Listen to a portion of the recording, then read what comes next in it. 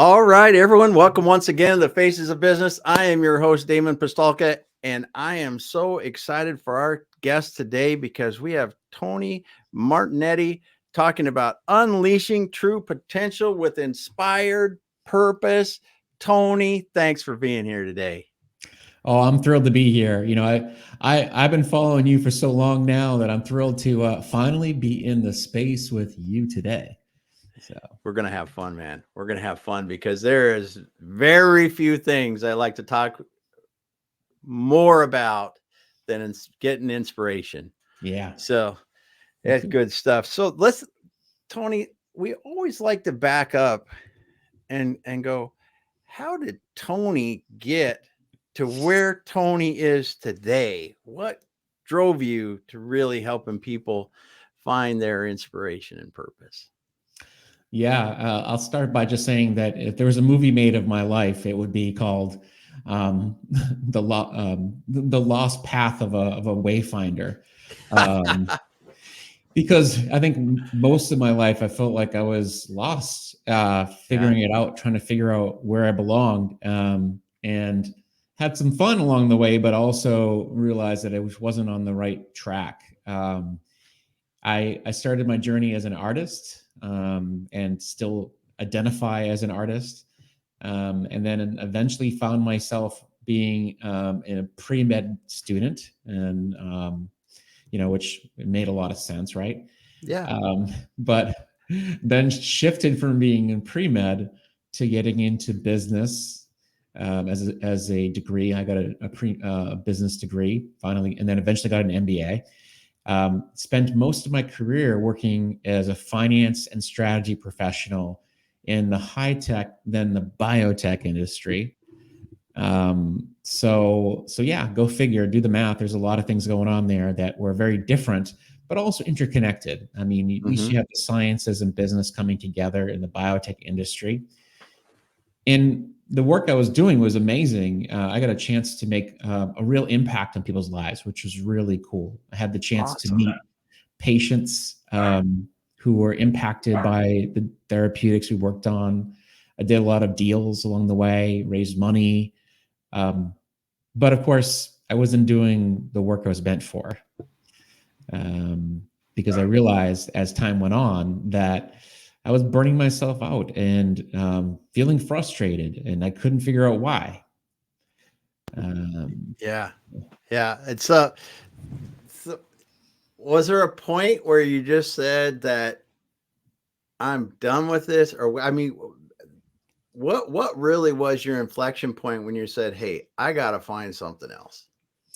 yeah, I mean there is a point that came, but it was much further along in my journey. I mean, I stuck with things for a long time. I think there's a sense of commitment that I had Mhm. to the journey that had me sticking it out and working harder. And I think in me, I had this mentality that was instilled in me from my parents. My parents are immigrants. They came from this country, and they had this sense of, if you work hard, you can get anything you want, right? Yeah. Which Yeah. is great. And I don't want to dismiss that because it's amazing. But there's also a sense of realizing, when should you give up?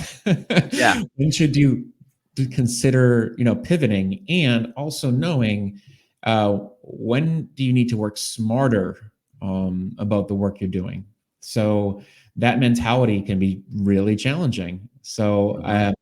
that is a long answer to your question that led to this point where I was, really fed up with who I was being, and realized it was time for me to make a change. And that all happened in a boardroom, when I was sitting in a biotech boardroom and realizing that I think I was done. I was done doing the work that I was doing, and I needed a change. I wanted to live a life that was connected with who I am. And I know I wasn't doing that. Yeah. Yeah. That's awesome. Well, I wanted to say, first of all, say hey to Rakid. Sorry, I'm butchering your name, but thanks for being here. Really appreciate it. And then we got James. James, great to see you here today, man. James is the industrial coating expert.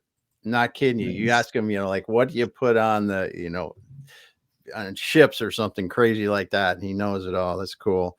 But oh wow, this is awesome, Tony, because you're sitting in this boardroom. Was it like, I listened to oh God, I can't remember the name. You listen to some of these people and they just go, it hit me. It hit me. And I got up, I walked out and said, I'm done. Yeah. What was, I mean, what was the transition that you made then? Did you decide and over time and do it slowly, or how did you really transition into getting out of that? Yeah, it was slowly, but then all of a sudden, right? Like there's, if you know what I mean, there was a buildup, and over time, you start to hear these little things that start to plant the seed for the change. I would hear things like, "Oh, who cares if they leave? We'll just replace them." I had this sense of like Oh, treating, leadership in the organization I was in, feeling like, people are just like cartridges toner cartridges you can replace on a printer.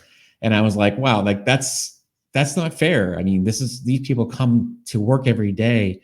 They work hard and they want to be driven by a purpose. And you can't just talk about them like they're just replaceable parts. Yeah. yeah.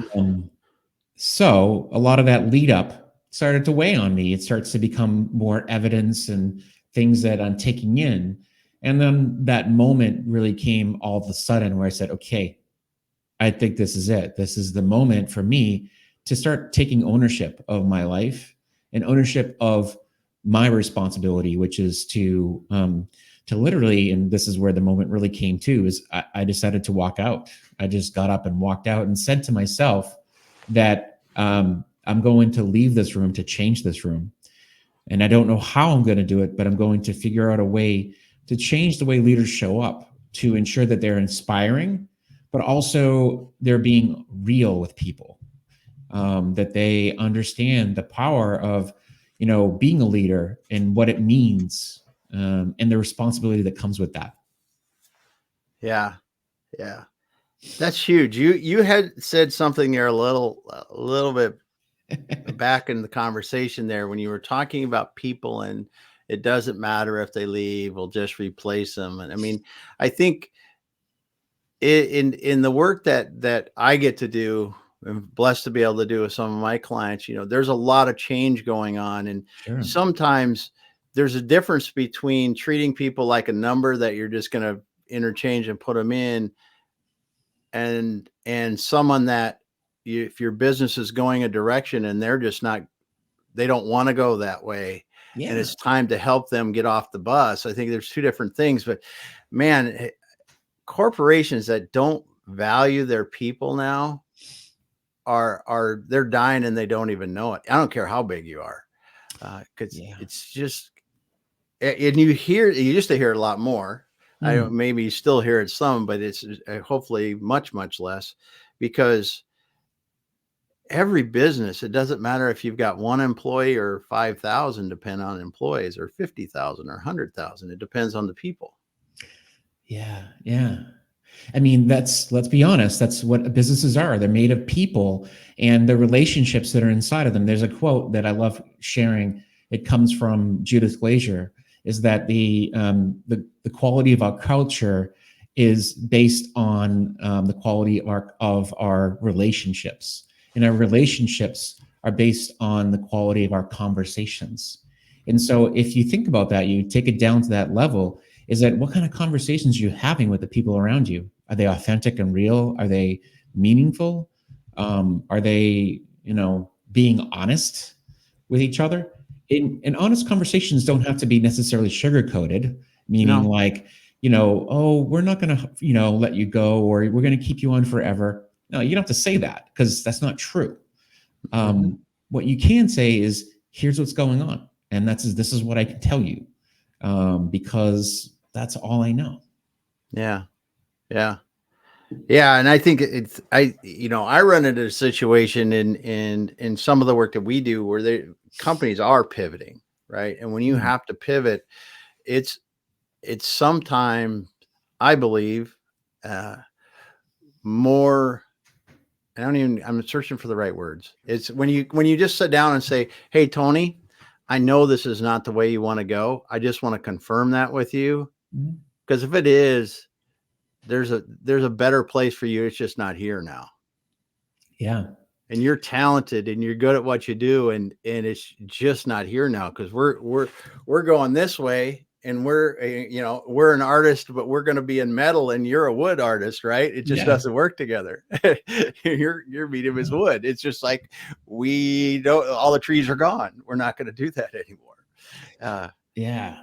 I love that you say that, because I've been through that moment before. And at first, it's always going to be painful. I mean, there's an element yes. of change is always, if it comes as a surprise to you, it's always going to be a little bit of a shock. But I've had that moment when, the exact same thing you described of, like, we're not able to give you what you want here. And so in that interest, we want to make sure that you can have the freedom to go do what you need to do, and we're let you go. And at first it feels like, oh, they don't want you. They don't want me. Why don't they want me? And then you realize, no, they're trying to help you. Yeah. And when you see it from that angle, it's helpful. Now, it's not all the situations are like that, but when you realize that you've been, you have a chance to now reinvent, recreate yourself. That's a whole different reframe that you can take from this. It's really powerful. Yeah. Well, you speak of some big terms when you talk about inspired purpose.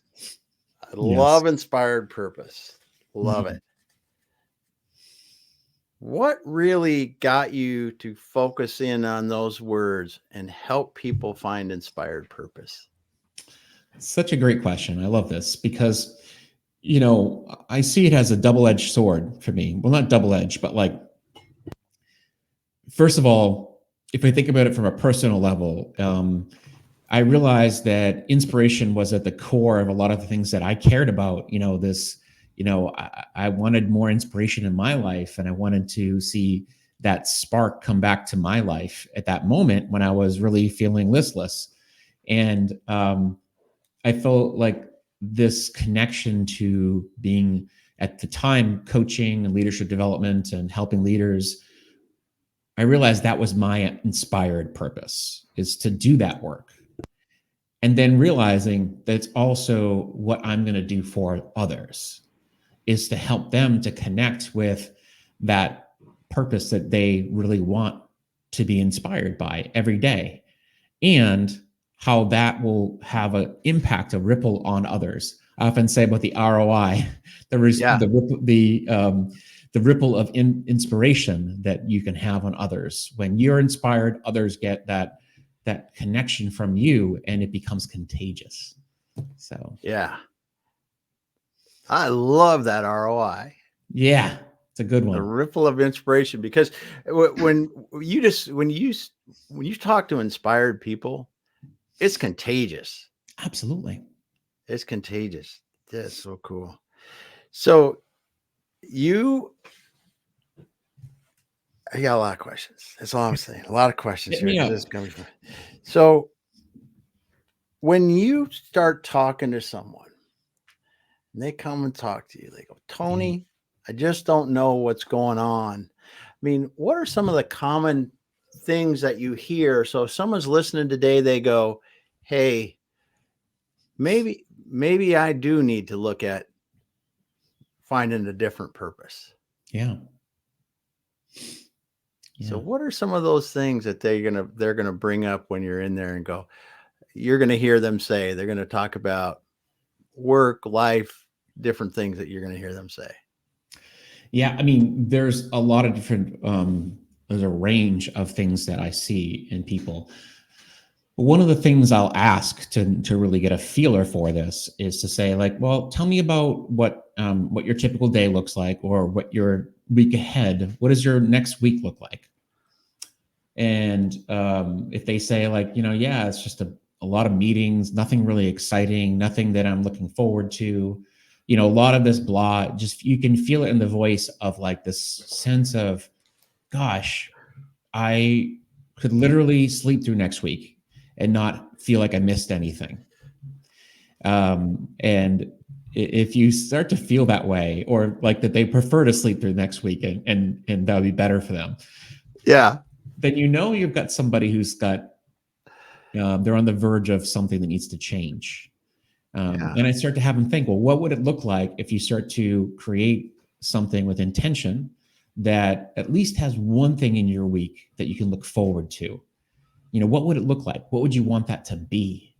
What would make this next week or the next day a little more exciting for you? And it doesn't mean it has to be like, oh, I'll be jet skiing across like the, I don't know, the bay or what have you, or surfing somewhere, because that's, might be nice if you're close, Yeah. but if you're, sitting in Alaska, you're not going to be, jet skiing across, California Bay or something. I don't know. Yeah. Anyways, so long story short, I mean, I want to help them to get connected to what are the things that do light them up? What's going to bring that spark back? Because if they've lost that spark, I want them to kind of reignite that by first thinking about what it is that does get them excited. Because sometimes we just lose it because we're stuck in a pattern. Yeah. Yeah. Well, and I think, do you see that people as they go through life? I mean, there's definitely, we all know there's stages when we're in our 20s and 30s and 40s. And if you have a family and you're raising kids and doing different things, do you think that it hits people at a common point in life where they really go, or is it doesn't really matter? It's just if you found it yet or not? Yeah, well, I mean, you may find your purpose at different points in your life, but it also has to be reignited, and maybe potentially, it changes. So I think you're absolutely right. There's, we also used to always think about the midlife crisis, but I think there's more crises that we face. In fact, they're happening more frequently because we want more meaning out of our lives than I think we've ever expected we wanted. People are having it in the 20s, they're having it in the 30s, they're having it in their 40s and beyond. And we're expecting more out of our life. And I think that has us oftentimes questioning, okay, is this job I'm in, the right job? And, is it time for a pivot? Is it time for a change? And that's why you see a lot more movement too. Mm-hmm. Yeah. That's a good point, because it is, I mean, you just think about in your life or in my life, how what we thought our purpose was at the time has changed over the years. Because at 20, it's much different than 30 or 40 or 50 and whatever. So what are some of the things you've really learned now that you've talked with a lot of people doing this, that you see and you just go, wow, never thought of that before? Yeah. Well, first of all, that we're capable of so many amazing things if we just get out of our own way and let go of holding on so tightly. We hold on so tightly to the ideals that we've got in our heads, the narrative. Oftentimes we get into these fields and say, like, this is how I need to show up. This is what I need to do to get that promotion, to do that thing. And then when you really let go of all that and let go of all that tension and start to kind of lean into, wow, I don't really need to do all that. I don't know why I thought that was important. Maybe there's something else that's more important that I could lean into. Which leads me to something that I do a lot with my clients and with people in general. I talk about this idea of expanding your vision and narrowing your focus, which is one of the best tools to think about what's possible for you. Is stop looking at the same wall and start to look to the left and to the right and up into the sky and all around you, and see what else is available to you. Because we're always thinking in the same way. We have to sometimes step back and look differently and say, what else could I do? If I've always been doing, let's just use the example of if I was a scientist, a biotech scientist, like a clinical scientist, and that's what I did. I worked in the lab. That's what I do. Okay, just thinking about the skill sets you've learned to be able to be successful in that field, you could take those skill sets and apply them in another field. You could apply them in a different role. And you just have to be able to expand your ability to see that other idea. And so taking those ideas and bringing them out, but then narrowing down and seeing what is the next step I could try to take. And that might mean a conversation. It could mean, just learning more about that field. Yeah. Little things that could open up the door for something else. Yeah. Yeah. That's awesome.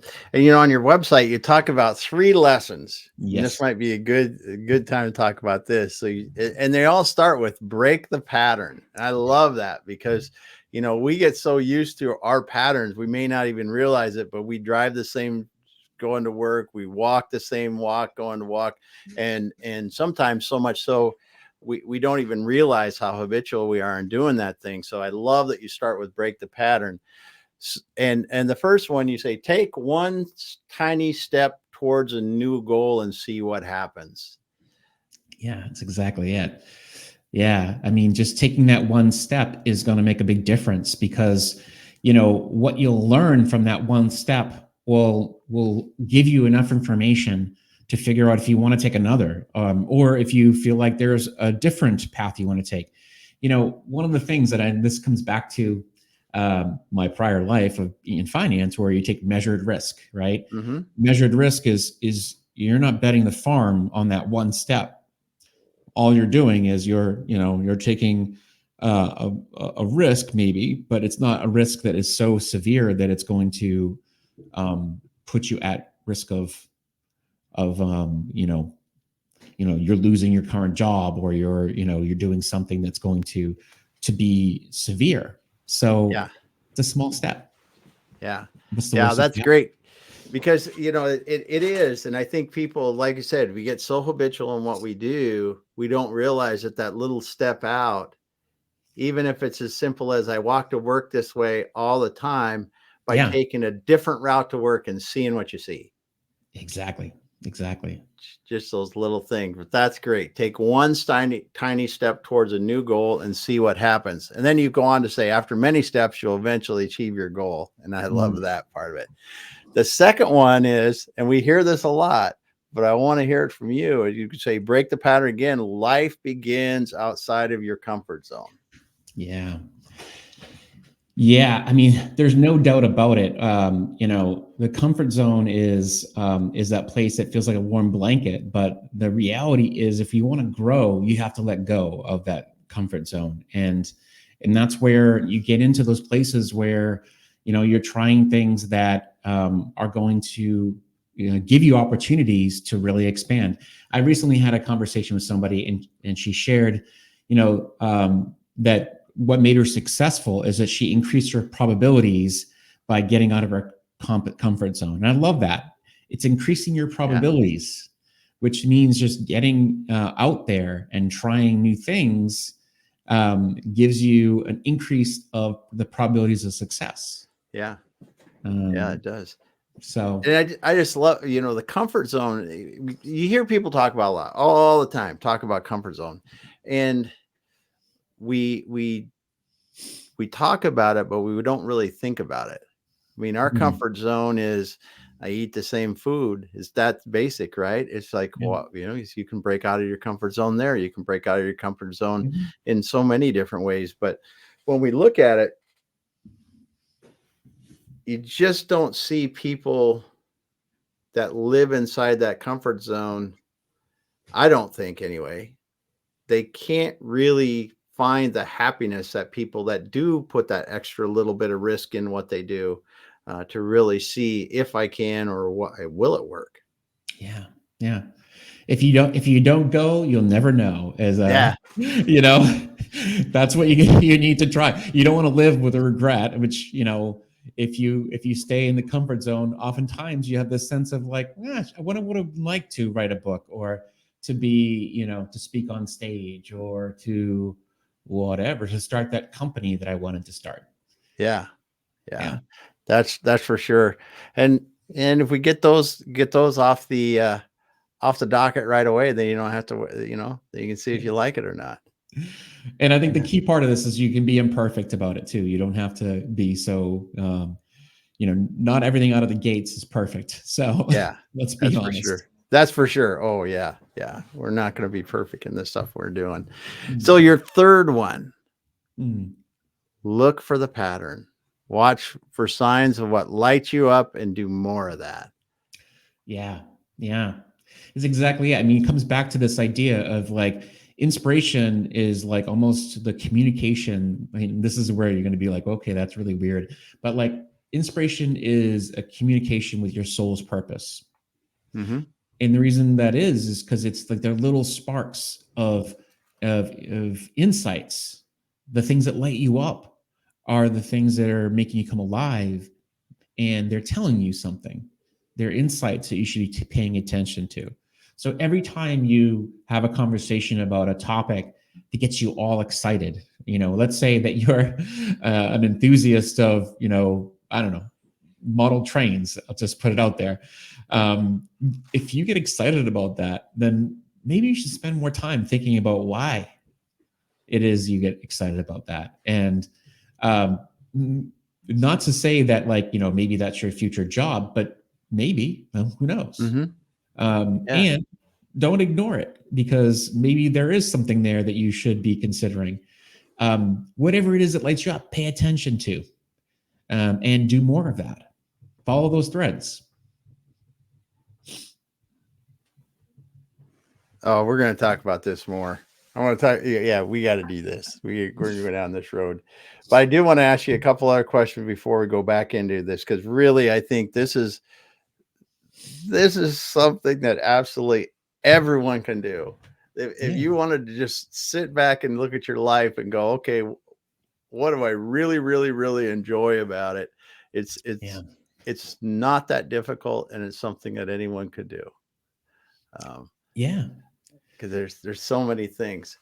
But you did a TEDx talk, Yes. and what really, you said, don't check yourself at the door. Yeah. What did you really want to communicate in your TEDx talk? It's an interesting thing when you put that TED talk next to what we just talked about. It's really an interesting connection, because what I was talking about there is that a lot of people hide parts of who they are um, in the workplace, because they're Mm-hmm. afraid of what people will think. They may think that, well, I'm not leadership material, or they may think I'm awkward or weird, or whatever it may be that might hold them back. I mean, sometimes it's the severe stuff, like, you know uh, transgender or things like that. That's not that that's severe. I'm just saying, like, the things that are more that are people are really judged about. Yeah, um, up the level a little bit. Yeah. yeah, but the reason why I wanted to connect it to the last conversation is because I think it's a simple things, like the hobbies, the things that light us Yeah. up, that we need to share with other people. And what happens is when we do that, they get to see us more fully, and Mm-hmm. we get to celebrate each other. We get a door into each other's lives. This happened because I had a few clients who shared with me when I started to ask them questions about, like, what are some things you do on, what did you do this weekend? How did you, what makes you come Yeah. alive? And, they started to share some of these things with me. And I was like, wow, have you ever shared that with your team? And they're like, no, I never have.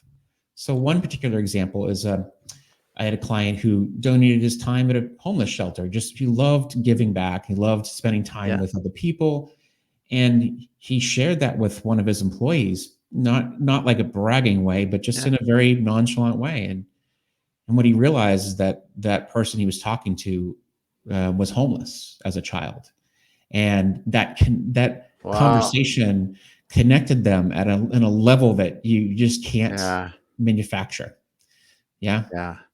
And she cried, and she said, "Look, why, I can't believe, like, how, that's so amazing that you do that, because that's, I spent a lot of time in homeless shelters as a child." Wow. So it's beautiful. That's amazing. That's amazing, because I it caught me right off the bat, because don't check yourself at the door. I grew up in an age where you were supposed to check yourself at the door, right? 100%. You were 100% in the 90s and in the 2000 early 2000s. That's what you were supposed to do. Check personal stuff at the door, and it's Yeah. not there. And I'm so glad that in the last decade, we've really changed that, and even more so because those kind of interactions, like you just talked about, wouldn't have happened then. And Yeah. the relationships that are being formed because we're coming in, we're talking about what we do, doesn't mean that we have to be friends outside of work. It's just like, Hmm. I have these hobbies and I'm doing them, and it lets them see people as people. And Yeah.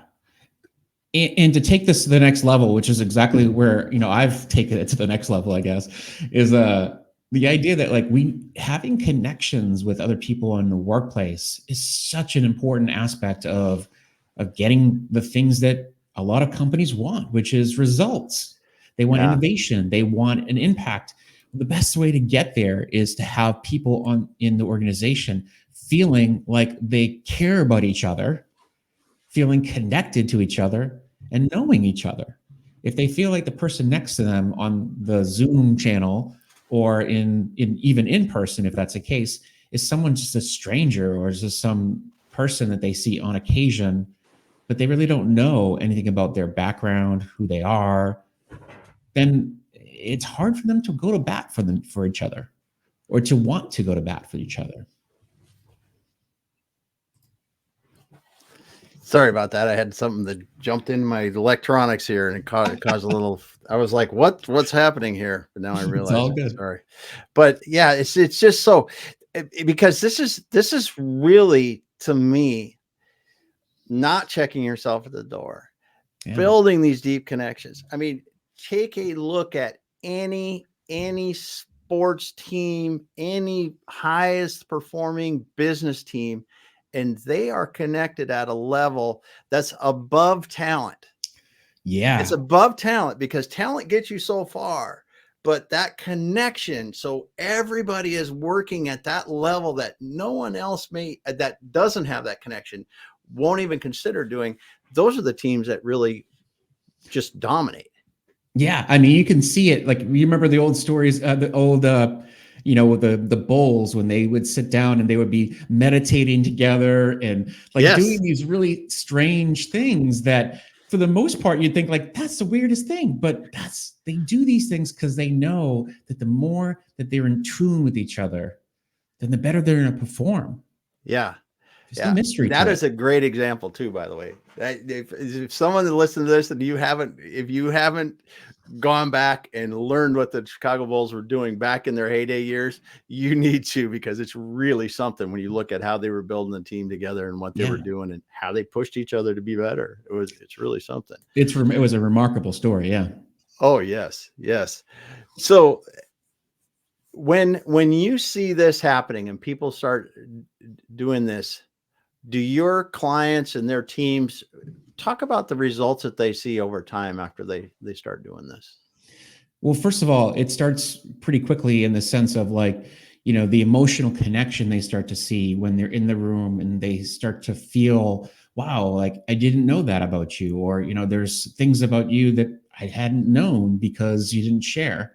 And, it starts to break down these walls so that it starts to be almost immediate once they Wow. start getting in that space. And then over time, as I start to check in with them and say, what is opening up for you and the team as you've had these sharing sessions and these times together, they've come back and said, well, it just feels like we had just a cohesiveness that just is just infectious. It's almost like we can Yeah. feel the impact of it. And they start to see results. They start to see that the team can get more done in less time, and they're able to see the impact of from an innovative perspective. Now, it's hard for me to correlate that all with what we've done together, Yeah. but I like to think that that's really strongly correlated with what we've been doing. It Yeah. seems like it. So Well, I mean, when you get people, I mean, just building those deeper relationships is really what it's about. And again, you go back to so many situations in business and life and sports, and you just look at anything, band, it doesn't matter, an orchestra, it doesn't matter. When there's people that are working together, the better relationships they have, the yeah, better relationships their leaders have with them, the better they perform. It's just the way it is.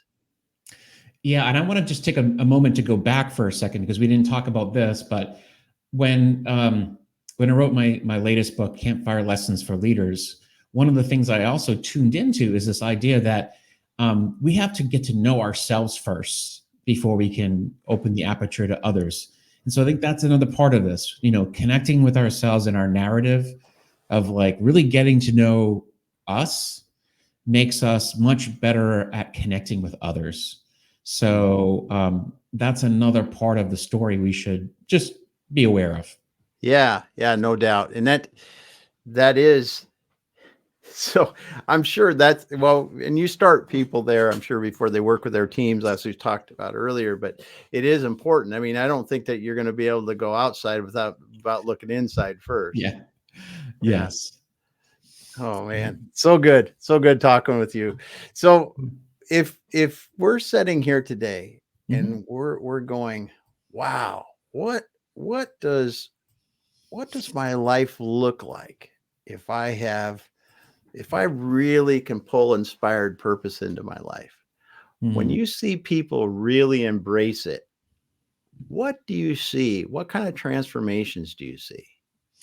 Yeah, I mean, there's one thing about it is that people feel a little bit more at peace, and I don't mean to say like everyone's sitting around on a pillow and Yeah. meditating, but they're a little more at ease. And this is something that has been reflected back to me through the conversations: is that a lot of tension gets built up when we feel like we're missing something, or that there's a component we're trying hard to get right.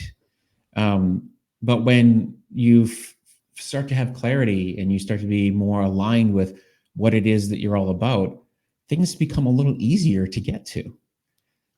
Yeah. So there's a peace, Yeah. it's almost like a peace of mind. I call it grounding, because you feel like you're grounded in your presence. It just feels like you can remain calm. And even when things are not known, you know that you'll figure it out. Yeah. Yeah. Yeah.